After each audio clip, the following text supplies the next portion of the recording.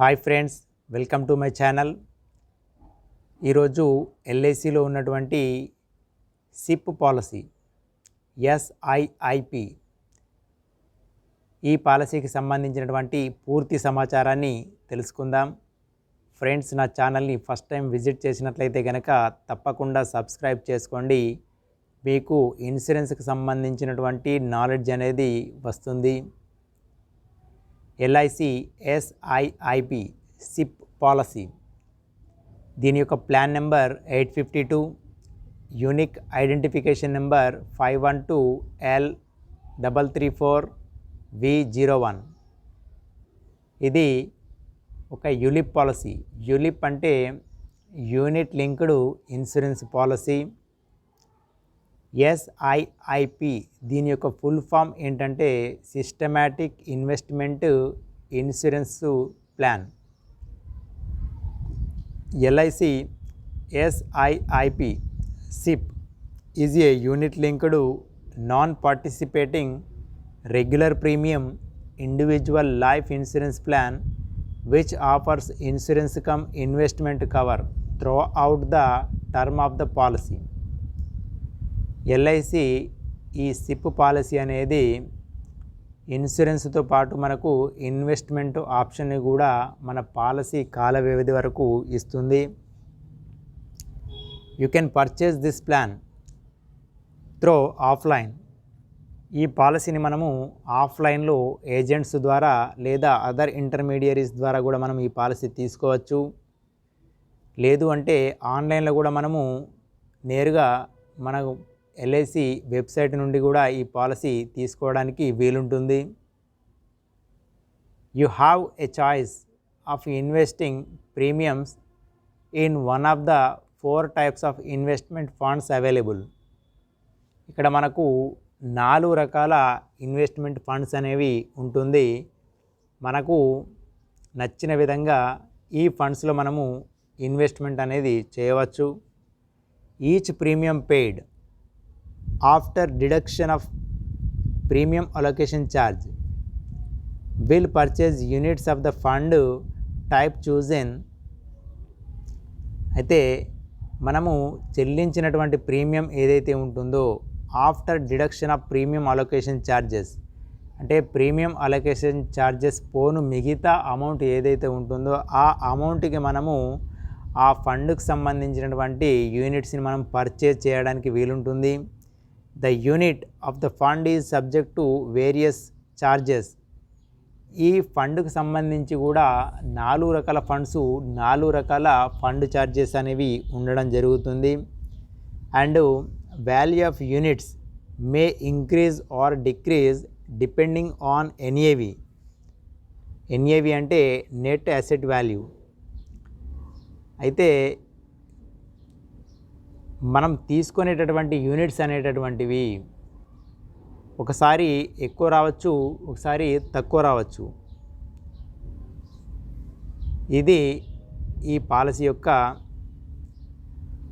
సంక్షిప్త వివరణ. Important notes ఏంటంటే, ఫస్ట్ ఇది చాలా జాగ్రత్త వినండి.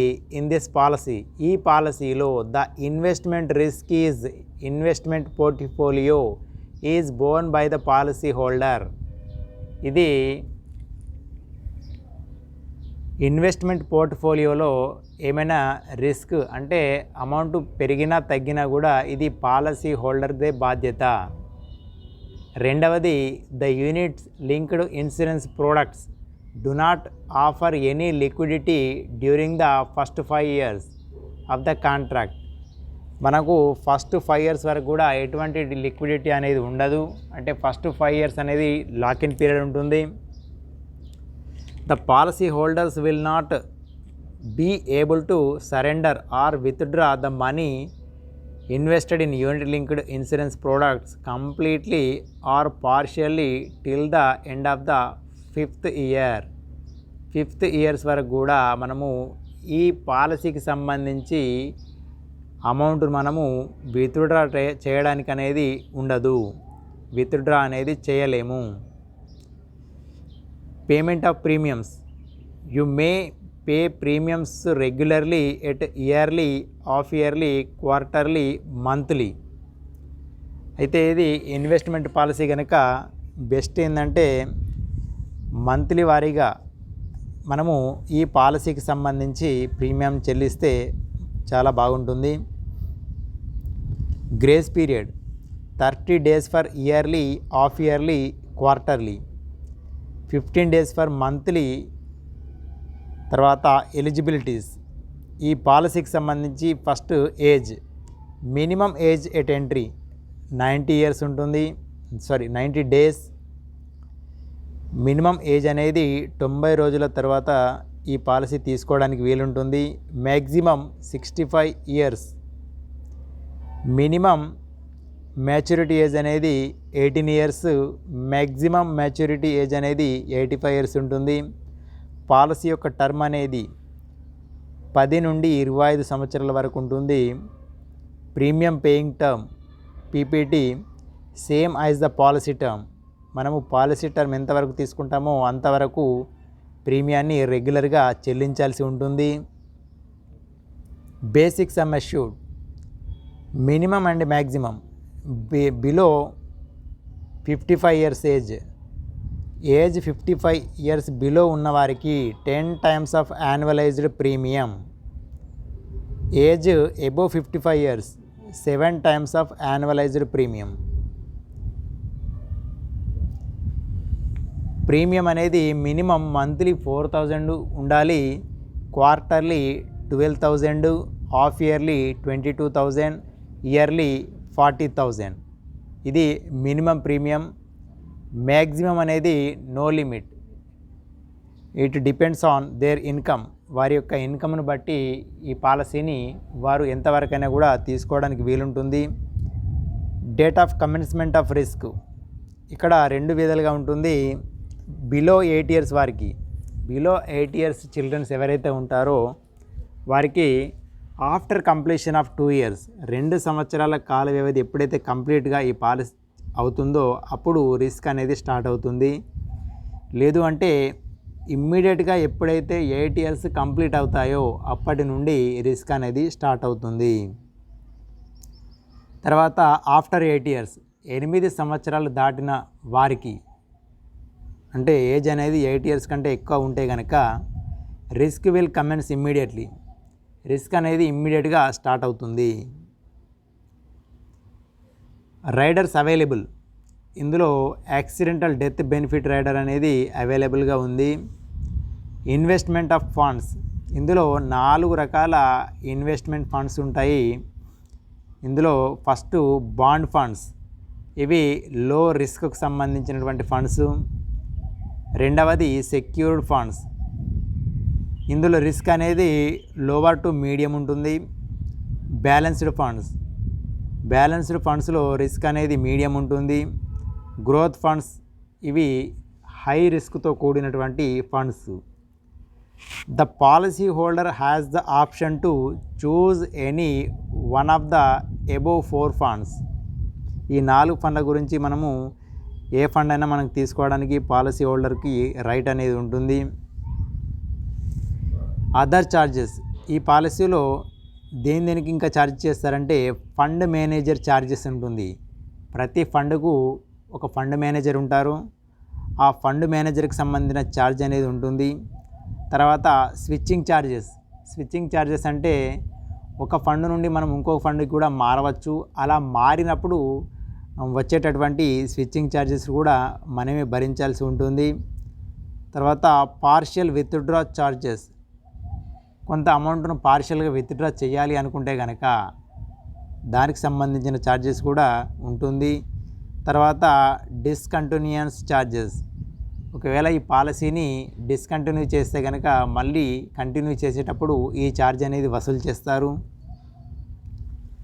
లోన్ అనేది అవైలబుల్గా ఉండదు.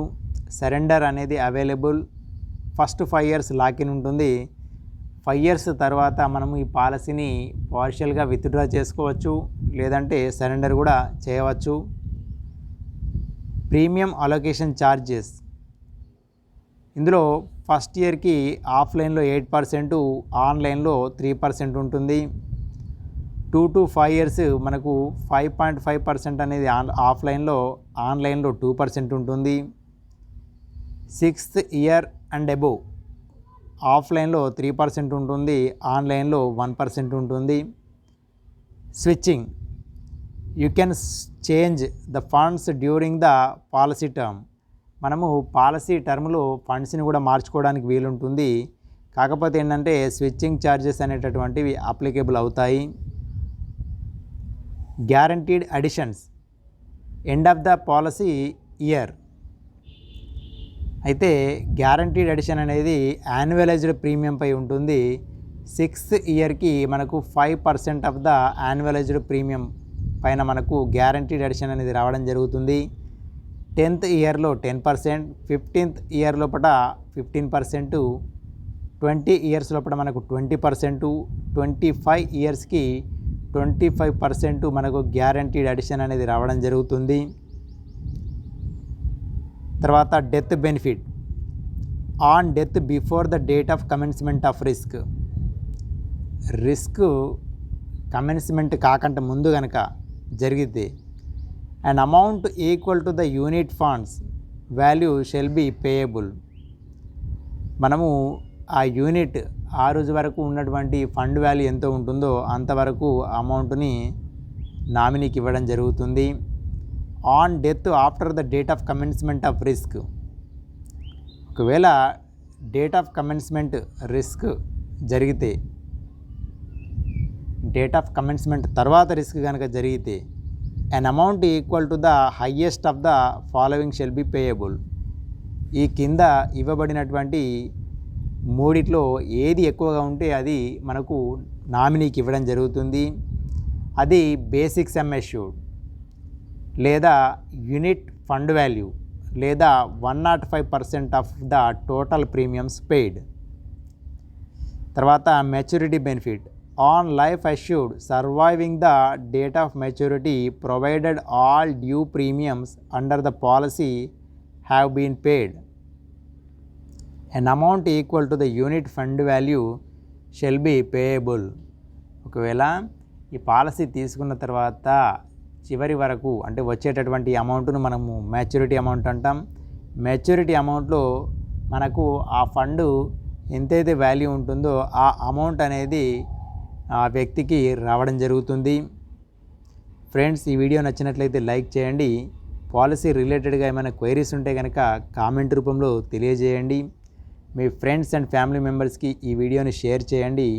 తప్పకుండా నా ఛానల్ని సబ్స్క్రైబ్ చేసుకోండి. And finally thanks for watching.